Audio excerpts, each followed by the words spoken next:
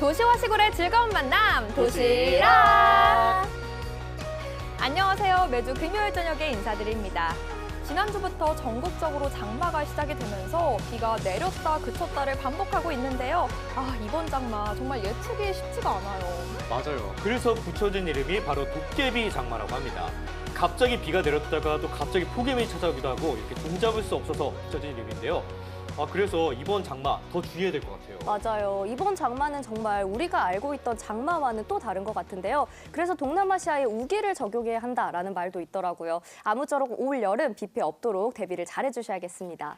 네, 눅눅한 장마철 여러분의 기분까지 뽀송뽀송하게 해줄 도시락 첫 번째 순서 꿀잼 남도 시간인데요. 한솔 씨, 오늘은 또 어디로 떠나볼까요? 네, 아시다시피 제가 요새 하늘에서 놀고 물에서 놀고 이래저래 체력을 많이 썼거든요. 그래서 이번엔 잔잔한 여유를 느끼고 싶어서 보성으로 떠나봤는데요. 향긋한 내음이 가득한 여행 지금 함께 떠나보시죠. 여기는 꿀잼 남도 즐거움이 넘쳐 감탄사가 자주 나오는 곳 본격적인 여름의 시작을 알리는 7월. 뜨거운 햇빛을 피해 이번 주는 보성으로 힐링하러 떠났습니다. 좋다, 좋아. 사실 제가 요즘요, 그 여름 맞이를 하려고 좀 바빴거든요. 물놀이 하랴, 레포츠 하랴 정말 바빴었는데 이번 주는 좀 여유를 느끼기 위해서 보성에 왔습니다. 사실 보성하면 떠오르는 게 있잖아요.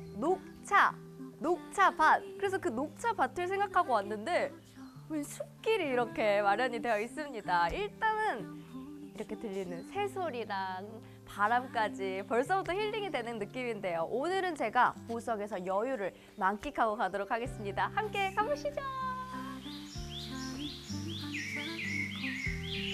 첫 번째로 찾아간 곳은 보성의 대표적인 관광지죠. 바로 대한다원인데요.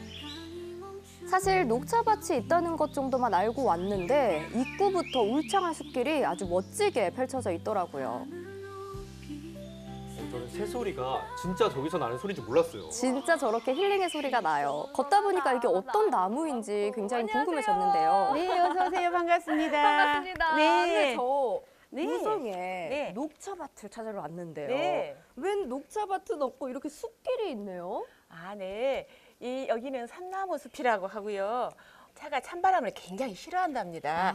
그래서 방풍리로 심었던 이 나무인데 세월이 흐르다 보니 이렇게 멋있는 풍경을 주었고 정말 시원하고 상쾌함을 느낄 수 있는 곳이 이거 삼나무 숲이라고 말씀드릴 수 있겠습니다. 그러면은 여기도 너무 좋고 또 녹차밭도 궁금한데 네. 어디부터 둘러보면 될까요? 먼저 이리 올라가셔서 푸른 영단처럼 깔린 차밭을 먼저 구경하실까요? 네. 여기로 올라가면 될까요? 울창한 삼나무 숲을 따라 안쪽으로 더 깊숙이 들어가 봅니다. 드디어 녹차밭이 보이기 시작했는데요. 찻잎의 은은한 향이 풍기면서 기분이 절로 좋아지더라고요.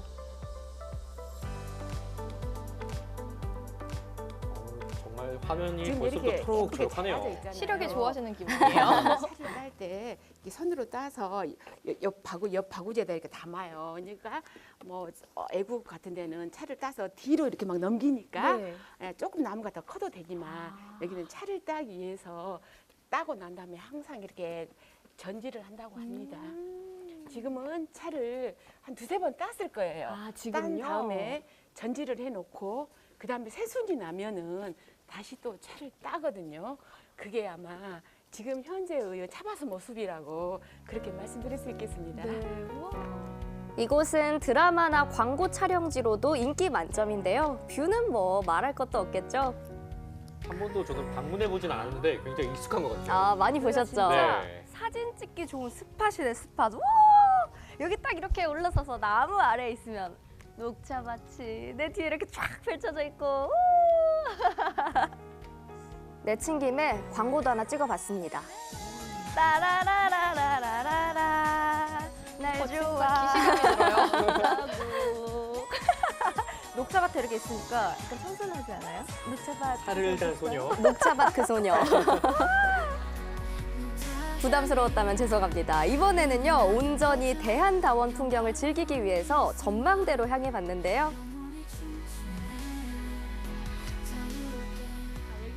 대한다원에서 가장 아름다운 곳이라고 또 말씀드릴 수 있겠습니다. 우와, 네. 진짜 그 전망대라는 이름에 맞게끔 여기 네. 서니까 네. 차밭이 다 보이네요. 아, 그렇죠. 네. 이게 계단식이다 보니까 저는 네. 오면서 네. 이게 한눈에 들어오진 않았거든요. 이 계단식 차밭이 농림수산식품부에서 2018년도에 국가 중요 농업유산 11호로 선정되기도 했다고 합니다. 그만큼 아름다운 곳이죠. 인정할 만해요. 진짜 전 세계가 인정할 만큼 초록초록하니 그냥 눈이 절로 건강해지는 것 같아요. 그리고 대한다원 필수 코스는 뭐니 뭐니 해도 이거죠. 녹차 아이스크림. 바로 한 입. 햇살이 쨍쨍 더위가 오면 진짜 생각나는 달콤하면서 녹차에 약간 그 쌉쌀한 맛이 이 달달한 아이스크림이랑 딱 어울려요. 역시 보성 오면 녹차 아이스크림 먹어줘야죠. 딱 달콤 쌉싸름한 맛이 정말 알맞을 것 같아요. 네, 그래서 남녀노소 다 좋아한다고 하더라고요. 두 번째 코스는요, 한국차박물관입니다. 유럽실. 아니 한국차박물관이라고 해서 왔는데 유럽실이 있고 지금 완전 글로벌한데요 지금. 우와. 마카롱 있고 우와. 아, 이렇게 나라별로 좀 그 차를 즐기는 문화부터 그런 식기들을 이렇게 다 진열해 놨나 봐요. 우와. 동서양의 서로 다른 차 문화를 엿볼 수 있는 특별한 공간이었습니다. 그리고 이곳에서는요, 직접 차를 만들 수도 있는데요.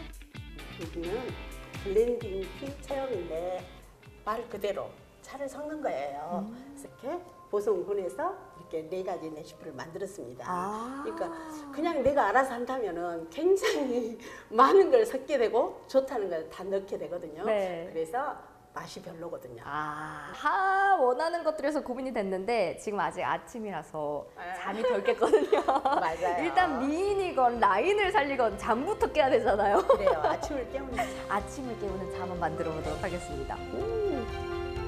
제가 만들 아침을 깨우는 차는 진하고 깔끔한 보성 홍차에 아쌈과 자스민, 귤피를 혼합해서 달콤한 맛을 더하는 건데요. 계량까지 철저하게 해가면서 열심히 만들어 봤습니다. 역시 보성에 오니까 나만의 차까지 이렇게 만들 수가 있습니다. 아침을 깨우는 차 완성이 됐는데 일단 제 손으로 재료들을 하나하나 다 넣었잖아요. 그래서 이건 여기서 무슨 맛을 낼까? 이 자스민은 무슨 맛을 낼까? 귤피는 어떤 맛을 낼까? 굉장히 궁금하기도 하고 일단 뿌듯해요. 내 손으로 차를 만들었다니 이제 저의 아침을 책임지는 차라고 할 수 있겠습니다. 짜란!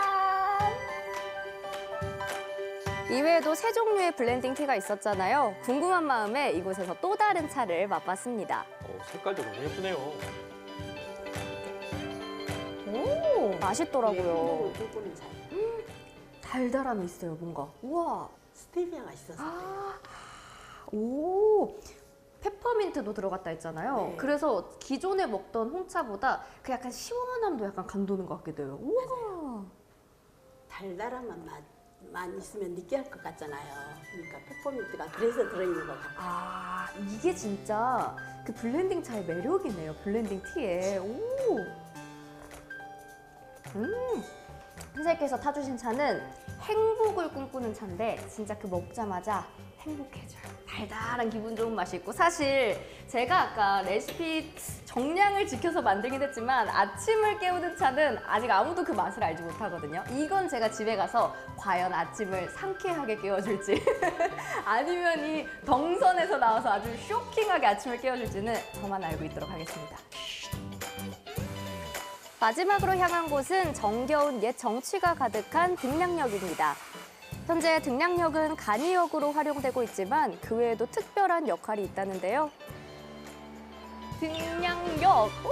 악수로 반갑대! 일단 입구부터 정겹습니다. 기차도 그려져 있고 신호등도 있고 역사와 일대 거리의 7080 감성을 재현해서 추억 여행을 선보이고 있었는데요. 풍금인가요? 바로 단번에 아시네요. 진짜 어릴 때는 이 피아노를 그렇게 잘 치고 싶어가지고 근데 또 막 가면은 그 아시죠? 레슨 스티커에 하나를 체크해야 되는데 일부러 막 선생님 안 계실 때 2개, 3개 색칠하고 맞아요. 한 번 치고 동그라미 세개 기억나시죠? 잊고 있었던 뭔가 추억을 등량역에서 만난 느낌이에요. 이거요? 저는 사실 피아노가 아니에요? 풍금인지 몰랐어요. 몰랐나요?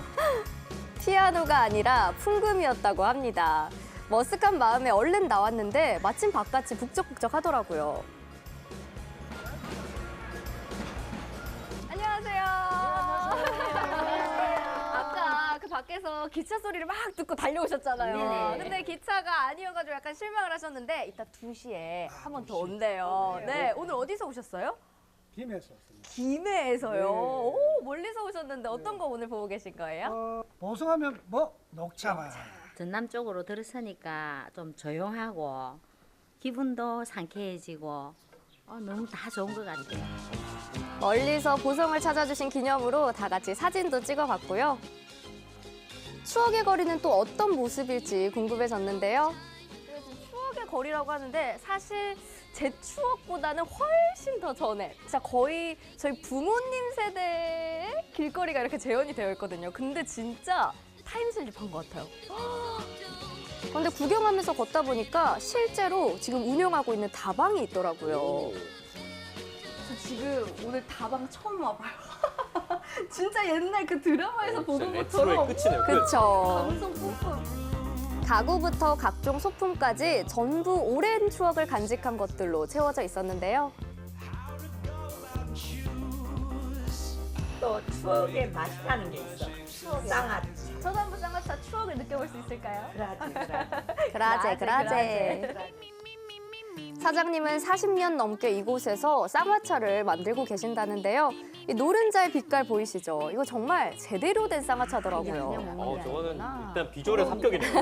우와, 깨도 들어가 있네요. 들깨도 있고 몸에 좋단 거.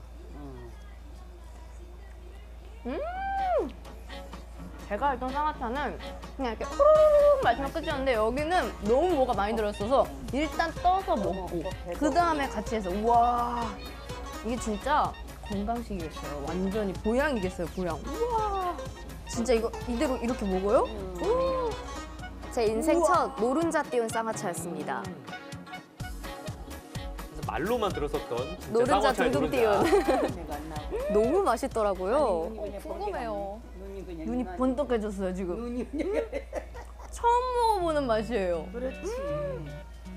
우리 집이고 집세 안 나가고 저렴하고 옛날 추억 생각하면서 손님들이 그래도 많이 찾아주죠.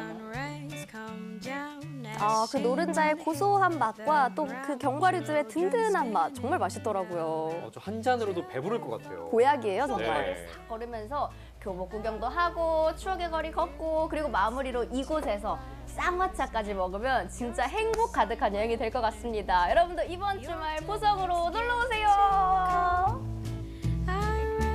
진한 녹차밭부터 아련한 추억의 거리까지 그윽한 향을 간직한 보성. 여러분도 이번 주말 보성으로 떠나보시는 건 어떨까요?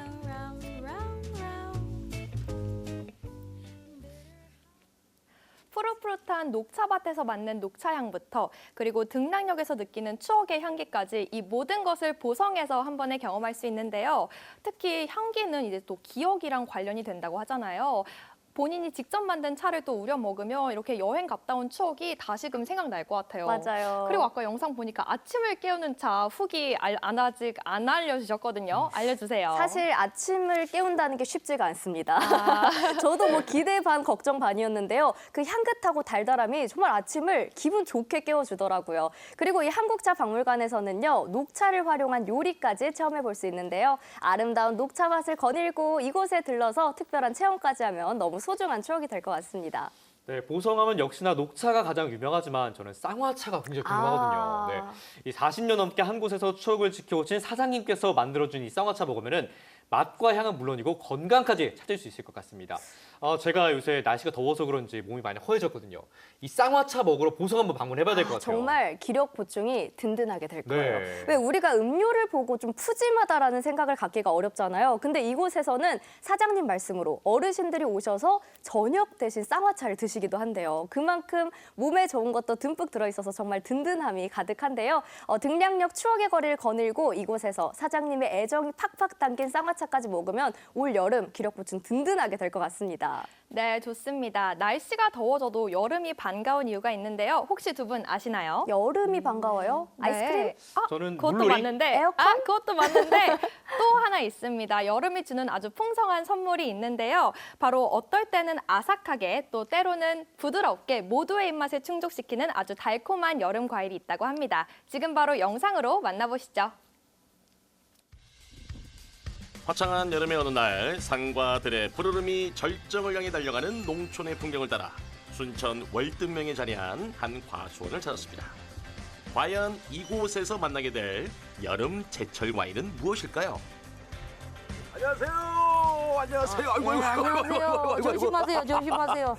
아니 올라오는 길이 예. 아이고 이게 어렵네 어려워. 예, 좀 예? 힘들어요. 힘들어요. 예, 예. 아니 제가 예. 이곳에 여름을 대표하는 예. 여름의 과일 예. 있다고 하는데 복숭아. 복숭아. 아이고 복숭아. 제가 제일 좋아하는 6월 과일이거든요. 초부터 아, 했어요. 정말요? 예. 그러면 이제 그 이제 7월쯤 들어가니까 지금 뭐 한참 바쁠 때네요. 예, 정신없이 바쁘죠. 정신없이 바쁠 때구나. 예. 그런데 어머니 복숭아가 예. 뭐 여러 가지 있다고 제가 알고 있는데 예. 지금 여기 있는 요 복숭아는 어떤 복숭아예요? 예, 만천하라는 품종이에요. 만천하. 예. 야, 이 이름 재밌네요, 어머니. 예. 예?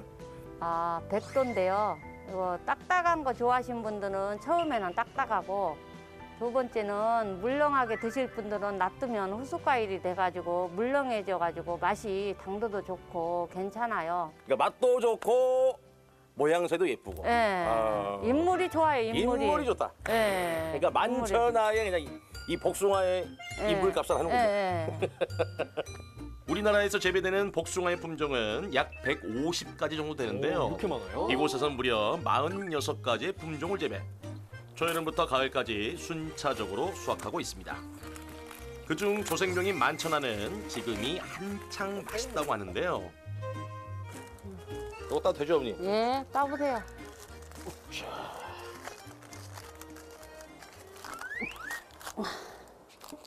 야, 이건 크다, 어머니. 예. 와. 예쁘죠? 야. 생긴 것도 진짜 예, 예쁜데요. 여기 공둥이 밖으로 얼마나 이쁘요, 번들번들하니. 이쁘게 예, 생겼네. 만천하가 이렇게 정도로 번들번들. 예뻐요. 아이고. 맛도 좋아요, 이거이. 아니, 화를 왜 내셔, 어머니? 아니, 만천하에 안 내시려고 이거 지금. 맛이 좋다고. 맛이 좋다고. 예. 아이고. 사실 복숭아는 맛있을 뿐만 아니라 영양가도 높습니다. 다양한 종류의 비타민은 물론이고요. 미네랄, 항산화 물질 등이 풍부해서 건강에도 좋다고 합니다. 맛도 좋고 몸에도 좋다고 하니 꼭 챙겨 먹어야 되겠죠? 어머니, 예. 이 정도 많이 땄잖아요, 우리가. 아이고, 아직 멀었시오. 하루 종일 해야 돼요. 아니, 뭘 하루 종일 한 2시간 넘게 딴 것 같은데요? 아니요, 난 새벽부터 나와서 일해요. 다음에 오실 때는 일찍 오시오. 일찍 오셔요? 예. 아이고. 아니, 끝난 거 아니에요, 어머니? 아직 멀었어요. 아직 멀었어요? 예. 하루 종일 따도 부족할 정도로 주렁주렁 열린 복숭아. 특히 복숭아의 성지라 불리는 순천 월등면은 물빠짐이 좋은 토양과 풍부한 일조량 등 천혜 자연경으로 더욱 품질 좋은 복숭아가 생산되고 있습니다. 아니, 이 넓은 면적의 이 복숭아 밭을 예. 아니, 아버님하고 두 분이 하신 거예요, 그러면? 아, 어머니? 며느리하고 아들하고 있어요. 아니, 그럼 저 자식분도 어디 계셔, 그러면? 선별장에 있어요. 선별하고 선별장에. 있어요. 예. 선별장하고 있구나. 예. 아이고. 그러면 이제 온 가족이 다 통축당한 거네요, 어머니? 그러지요. 복숭아 할 때는 온 가족이. 이 온 가족이 모여 사는 건 예. 좋은 점도 있고 가족들 좀 힘들고 뭐 그럴 수도 있을 것 같은데. 그래도 좋은 점이 많겠죠? 많겠죠? 그래도 머니가 들어온 게 좋겠지요. 역시 근육치료. 솔직하신데요? 이게 어머니 마음이 정답이. 예. 서둘러 수확을 마치고 선별장으로 갈 채비를 해봤는데요. 아이고 많이 땄네 이거 어머니. 예. 자, 선별장으로 하겠습니다. 아, 이제 지정적이네요. 우리 장떡 리포터는 어디에 과수원 갔더라도 바로 밑에 자리한 정말 선별장. 제대로 일할 수 있어요. 이곳에서는 복숭아의 상태를 육안으로 1차 선별한 뒤 무게와 크기를 구분해서 상품 포장을 해줍니다. 이렇게 재배부터 수확, 포장까지 온 가족이 정성을 들인 복숭아는 순천의 공판장을 비롯해 여러 로컬 업체로 유통, 판매된다고 합니다. 저 보니까 요게 이거 지나가다가 여기 오셔서 사시는 분이 꽤 많다라고 이야기하시던데. 예, 많이들 오셔요. 본인이 원하는 품종 주라 그러면 또 주고요. 네. 물렁한 것도 잡숫고 잡으면 잡숫고, 단단한 거 잡숫고 잡으면 잡숫고, 또 황도나 백도나 골고루 드시고 네. 본인이 배부르면 가셔요. 맞춤 서비스를 해주시는 예, 거네. 드시는 거 그냥 돈 안 받고 잡숫고 가니까요. 많이 오셔요. 그래서 저 시식 같은 걸 무료로 해주신다고 합니다. 예, 서운하니까 또 오시면 늦게 아. 또 싸드리고. 아 그냥 지나가다가 여기 안 오면 손해겠네 어머니. 그래서. 예, 많이 그러니까 많이 오시죠. 대신 일하고 가셔야 되는 거 아니에요? 드디어 상품 포장도 다 했겠다. 이제 남은 건 뭐죠? 바로 복숭아 시식 시간이 되겠습니다. 이 상큼함 여러분 느껴지십니까? 맛있는 먹거리를 한번 즐겨보겠습니다. 오늘 진짜 어머님과 함께 만철아, 복숭아. 아 정말 저기 수확하면서 정말 이 복숭아를 수확하기까지 너무나 어렵구나 이런 생각했는데 드디어 저희가 맛을 한번 볼 수 있게 됐습니다. 제일 먼저 오늘 하루 종일 수확한 만철아부터 맛을 봤는데요.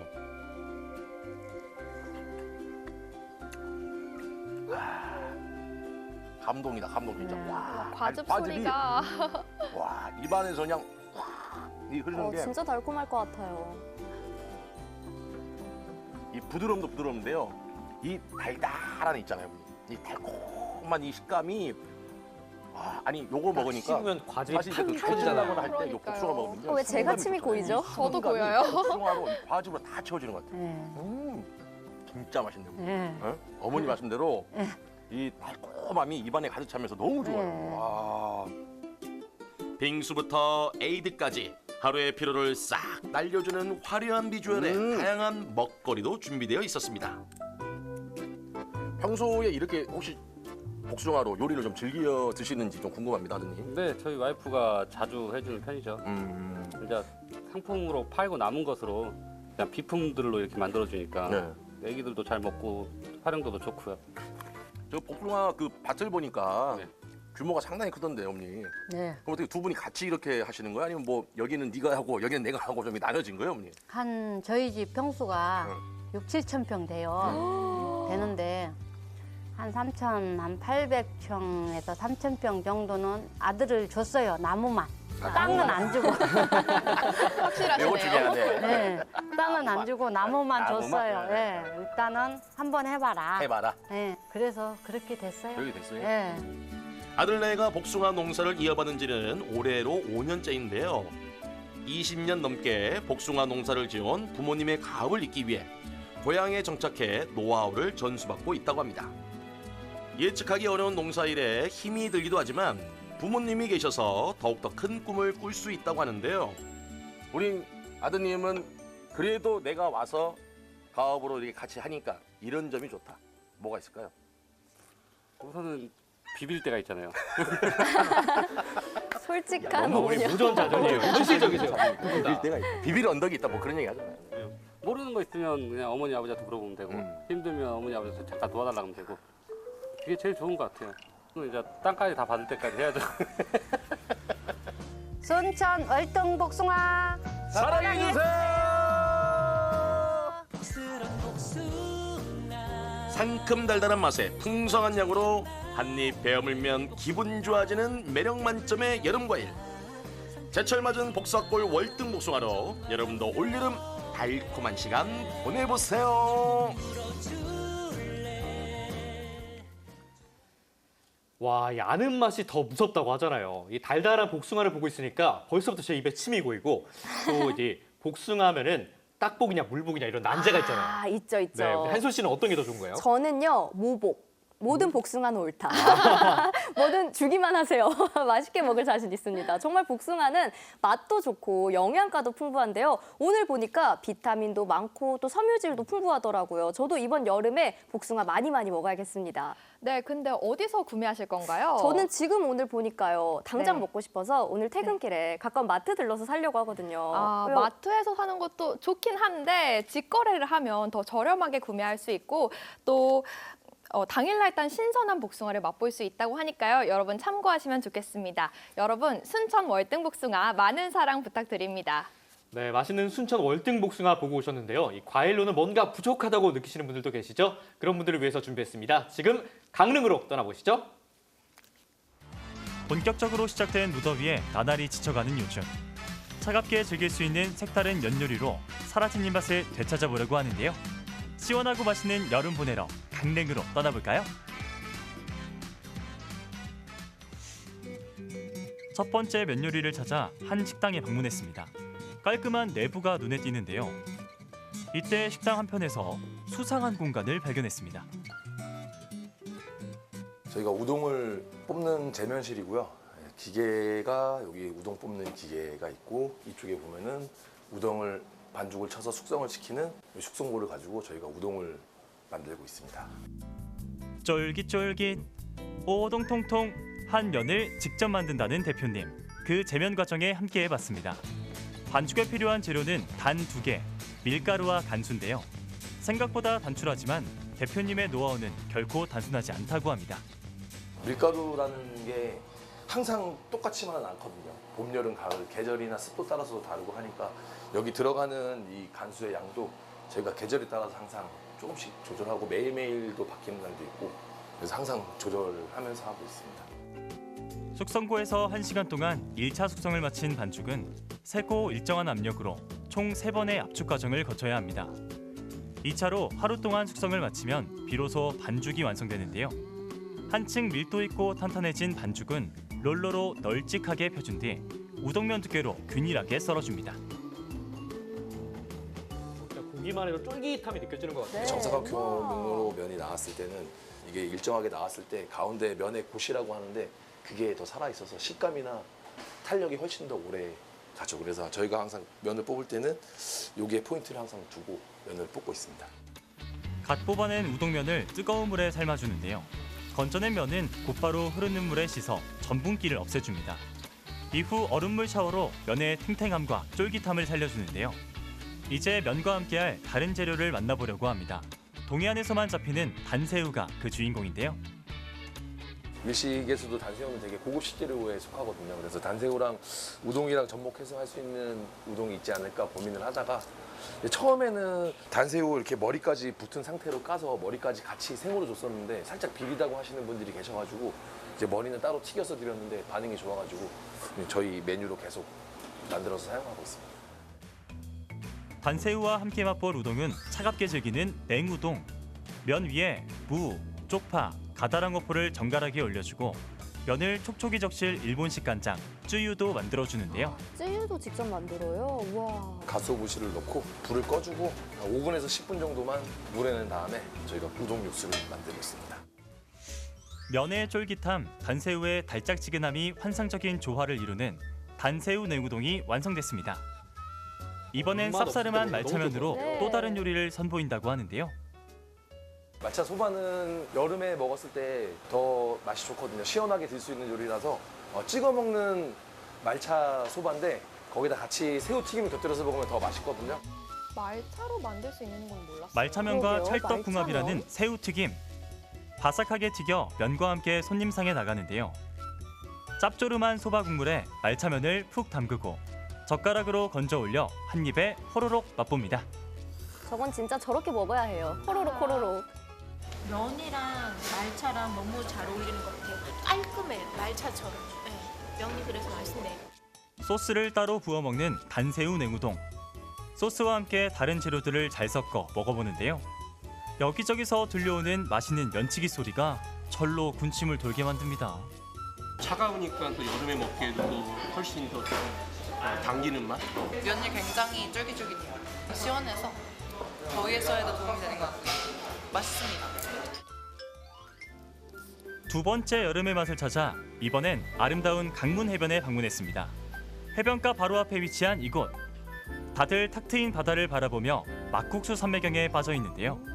이곳에서 만날 면 요리는 막국수인가 봅니다. 막국수도 맛있는데 메밀김밥이 특이해서 먹으러 왔어요. 메밀면의 화려한 변신. 밥 대신 메밀면을 넣어 만든 메밀김밥이 바로 오늘의 주인공이었는데요. 좀 더 색다른 막국수를 만들어 보자 해서 직접 재면한 면으로 김밥을 만들어 봤어요. 그래서 불지 않는 메밀면 김밥을 만들었습니다. 이곳 역시 자가제면을 한다고 하는데요. 메밀가루와 물을 배합한 반죽을 기계에 넣어 주문이 들어올 때마다 뽑아준다고 합니다. 뽑아낸 면은 뜨거운 물에 삶아주는데요. 저희는 막국수하고 김밥면은 삶는 시간이 달라요. 그 삶는 시간은 저희 노하우이기 때문에 말씀드릴 수는 없는데 그 비법으로 인해서 김밥면이 불지 않는 거예요. 면을 준비하고 이번엔 의문의 소스를 만드는 대표님. 양념에 면을 넣고 마구 비벼주는데요. 3번의 양념을 거칩니다. 그 3번의 양념을 거칠 때 비법 소스가 들어가요. 그건 제가 1년 동안 연구한 소스예요.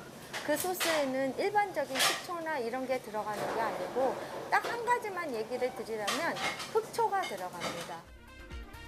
흑초와 각종 양념을 넣어 만든 비법 소스. 비법 소스를 메밀면에 뿌려 맛과 향이 배도록 하고 들기름으로 면을 코팅해주면 불지 않는 특급 메밀면 완성입니다. 면만 먹어도 너무 맛있을 것 같아요. 이제 김밥 위에 올라갈 토핑을 준비해야겠죠. 먼저 연어를 손질해주는데요. 다시마를 청주하고 물하고 1대1로 된 물에다가 담가놨다가 다시마가 조금 부르면 그 다시마로 연어의 몸을 감싸서 24시간 숙성을 합니다. 그렇게 하면 그 다시마의 끈적임 있잖아요. 그 효소 작용으로 이 연어의 비린맛하고 잡내를 모두 제거해주고 연어의 육질을 단단하게 해줍니다. 그래서 가장 맛있는 방법이에요. 다시마 숙성을 마친 연어는 칼질할 때부터 쫀쫀한 느낌을 받을 수 있다고 합니다. 자, 이제 본격적으로 김밥을 만들어 볼 텐데요. 김 위에 연어와 어울리는 각종 채소와 소스를 발라 야무지게 말아봅니다. 그런데 김밥 위에 바르는 이건 뭘까요?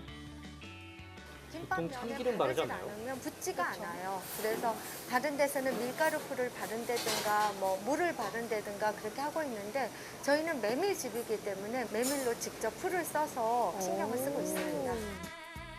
메밀풀 발라 잘 말아준 김밥에 숙성한 연어를 올려주면 연어 메밀김밥 완성입니다.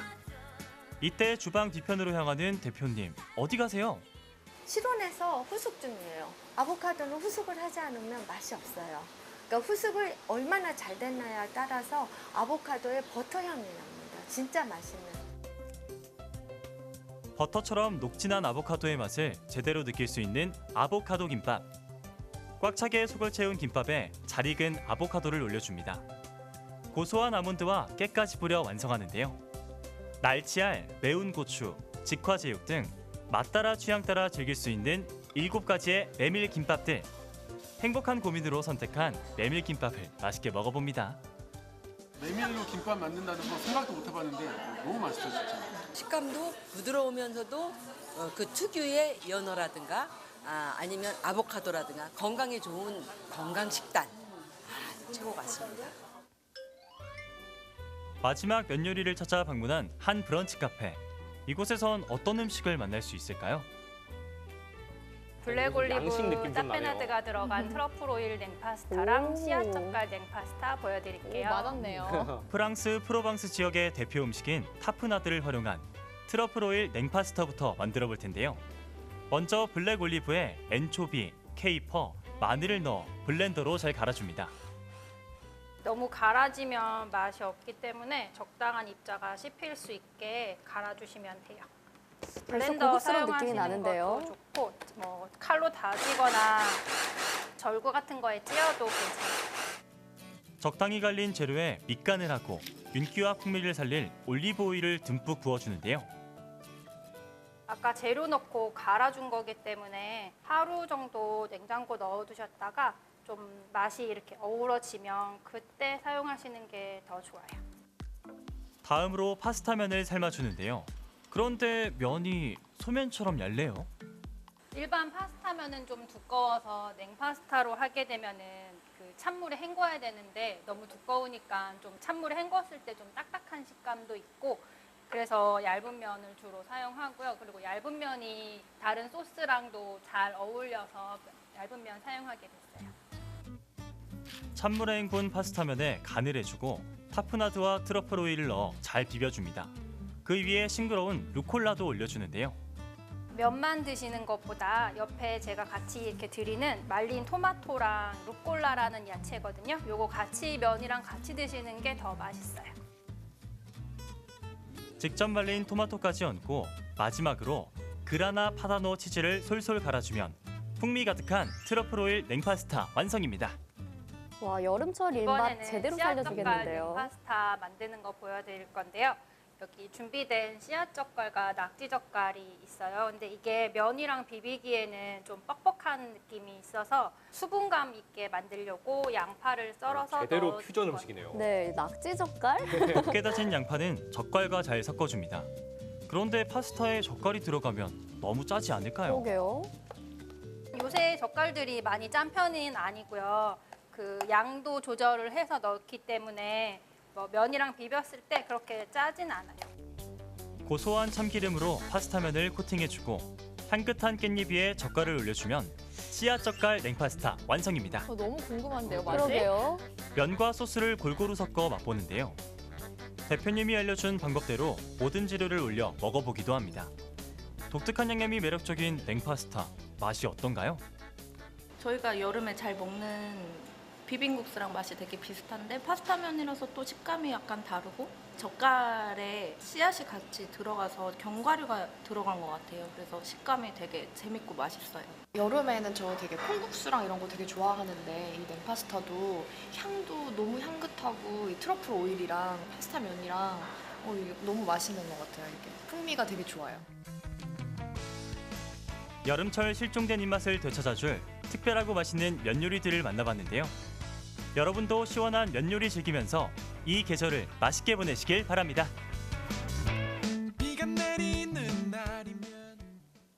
여름엔 역시 시원한 게 제격인데요. 제가 우동을 정말 좋아하는데 아까 냉우동 너무 맛있겠더라고요. 직접 면을 뽑았다고 하니까 너무 탱글탱글하고 맛있을 것 같아요. 그러니까요. 그리고 또 아시다시피 저는 365일 입으론 열심히 다이어터잖아요.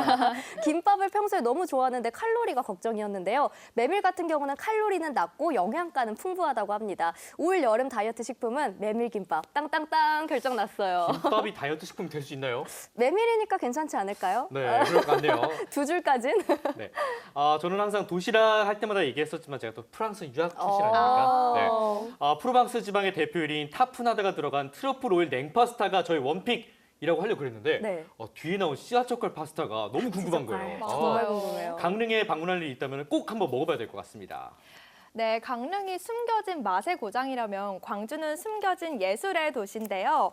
광주의 예술과 역사 그리고 현대적인 도시 문화를 한눈에 볼 수 있는 특별한 산책로가 있다고 합니다. 과연 어떤 곳일지 지금 바로 영상으로 확인하시죠. 광주 도심 곳곳에서 만날 수 있는 광주폴리. 하지만 조금 낯설게 느껴지기도 하는데요. 광주폴리를 쉽게 즐길 수 있는 시민 문화체험 프로그램 함께 즐기러 가보시죠.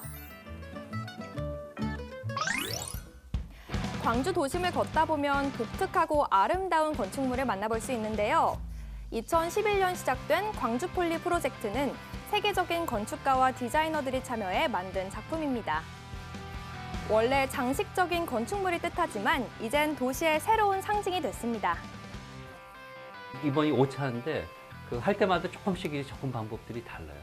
그래서 이제 그 도심 가로물의 어떤 작은 시설이라든지 조명이 될 수도 있고, 저는 이번 순환폴리 같은 경우에는 그래도 이제 한 공간에 이렇게 시민들이 제대로 사용할 수 있도록 그렇게 이제 좀 단위를 만들었어요. 숨쉬는 폴리라는 곳은 거기에 이제 시민 프로그램들이 일어날 수 있고 바로 옆에 이제 그 동네 야외 공연장이 있거든요. 그럼 거기서 이제 그 공연 지원 시설로 쓸 수 있고 이렇게 시민들이 작지만 편안하게 쓸 수 있는 그런 이제 특별한 공간을 만드는 게 이제 광주폴리의 취지예요.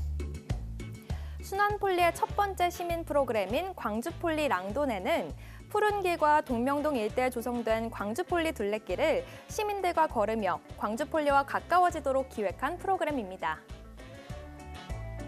랑도네는요, 도보 문화가 매우 발달한 프랑스에서 지금 쓰이고 있는 용어인데 천천히 느긋하게 걷는 긴 산책, 긴 나들이라는 뜻을 갖고 있습니다. 폴리와 연결을 해서 시민들의 일상 속에서 일상적인 걷기를 하지만 문화적으로 풍요로운 즐거운 산책길을 만들어 드리고 싶어서 폴리 랑도네를 기획하게 됐습니다. 더위를 식혀주는 빗소리와 함께 광주폴리 둘레길 걷기에 나선 시민들. 푸른 길을 따라 산책하듯 걷다 보면 10여 개의 광주폴리를 만날 수 있는데요. 각각의 폴리가 담고 있는 이야기를 통해 광주라는 도시를 더욱 깊이 있게 이해할 수 있습니다. 꿈속의 꿈집? 그러니까 말하자면 우리가 이상적으로 생각하는 집, 가정, 또 가족 간의 관계 이런 것을 의미합니다. 궂은 날씨에도 불구하고 모두들 귀를 쫑긋 세우고 열심히 설명을 듣네요. 특히 이번 순환폴리의 주제인 기후변화 그리고 자원 순환에 대한 시민들의 관심이 높았습니다. 제가 여기 근처에 사는데 제가 이런 곳이 있는지 몰랐는데 이 활동을 통해서 좀 새로운 것들을 알게 돼서 너무 좋아요. 동명동에 버려진 한옥을 친환경 소재 그리고 현대적 건설 기법으로 선보인 이코 한옥은 친환경 주택 모델을 제시하는 동시에 시민들에게 편안한 도시 공간을 제공한다는 의미가 담긴 작품입니다. For this project, we first visit Korea, and then we identify the different bioresources, like the kelp and the abalone. And with those materials, we develop the roof tiles, some plaster, some hanji paper, and some of the carpets that are in the hanok.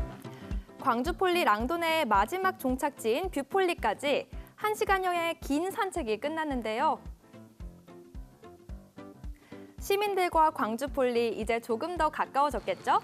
유익한 시간이었던 것 같고 힐링을 하는 시간이 되었던 것 같기도 합니다. 좋았습니다.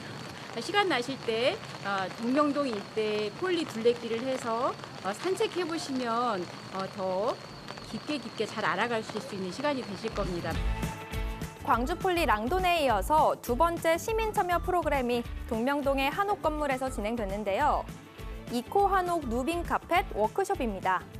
랑도네에서 만난 이코 한옥 내부에 깔 카펫을 시민들이 직접 제작하는 프로젝트라고 합니다. 불과 다시마를 모티브로 하여 형상화한 모습이 위에 얹어져 있습니다. 실제 카펫 위에는 시민 참여자분들이 참여하시면서 직접 누빔의 모습이라든가 자수의 기법들을 활용해서 좀 더 카펫을 풍성하게 구성하고 있습니다. 한 땀 한 땀 정성을 다하는 시민들. 남자도 예외는 아닙니다. 제가 또 한성사를 하기 때문에 다리를 진짜 잘하거든요. 잘 안 되고 있어. 생각보다 쉽지 않을 것 같은데요. 참 좋은 것 같아요. 이런 문화 행사를 한번 하고 집에 가면은 잔상이 남는다고 해야 되나? 자꾸 생각나고 그래요. 바느질하는데 굉장히 집중하거든요. 맞아요. 네, 이렇게 2시간에 걸쳐 모두 함께 열심히 바느질한 덕분에 작품이 서서히 모습을 드러내는데요. 자, 이렇게 완성된 그림 뭔지 아시겠나요? 꽃인가요? 바로 같기도 하고. 다시마입니다. 다시마. 의미가 있는 것 같아서 뿌듯하고 많은 사람들이 여러 사람들이 이렇게 한 걸 보고 나도 체험 한번 해볼까 이런 생각을 좀 가지셨으면 좋겠어요. 폴리 작품에도 나도 참여했다는데 너무 의의를 두고 계셔요. 그래서 저희는 앞으로도 어떤 작품을 설치하는데 끝나지 않고 이런 작품을 같이 향유하고 활용할 수 있도록 이런 프로그램들 많이 만들어서 이후에도 참여할 수 있도록 이렇게 하겠습니다. 10여 년의 역사를 지닌 광주폴리. 이번 순환폴리는 시민들의 참여로 더욱 뜻깊고 풍성해졌는데요. 아직도 폴리가 낯설게 느껴지신다면 광주폴리 둘레길을 걸으며 친해져 보는 건 어떨까요?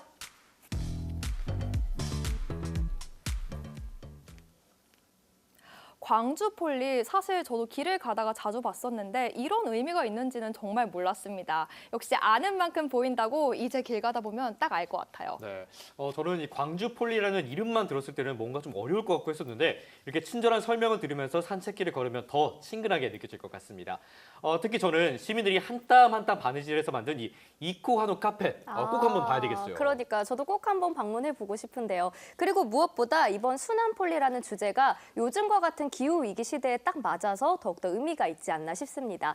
비록 시민 참여 프로그램은 끝났지만 이 광주 폴리 둘레길은 언제든 걸어볼 수 있으니까요. 이번 주말 방문해서 폴리 둘레길 걸어보시기 바랍니다. 네, 도시와 시골의 즐거운 만남 도시락 이제 벌써 마칠 시간이 됐습니다. 네, 이제 장마가 시작되면서 곳곳에 비 피해 있는 곳들도 있습니다. 앞서 저희가 오프닝에서 얘기했던 것처럼 도깨비 장마기 때문에 언제 어느 때 비가 내릴지 모르거든요. 때문에 비 예보가 있다면 등산이나 야영 같은 것들은 좀 삼가 주시는 게 좋겠습니다. 네, 그리고 차량을 운행할 때는 지하도나 침수도로는 접근하지 않고 미리 우회해서 침수 사고를 예방해야 할 것 같고요. 그리고 무엇보다 안전 문자 그리고 기상 예보를 틈틈이 자주자주 확인하는 게 중요할 것 같습니다. 네, 그럼 저희는 여기서 이만 인사드리겠습니다. 다음 시간에도 맛있는 도시락 챙겨서 돌아올게요. 금요일 저녁엔 도시락! 안녕!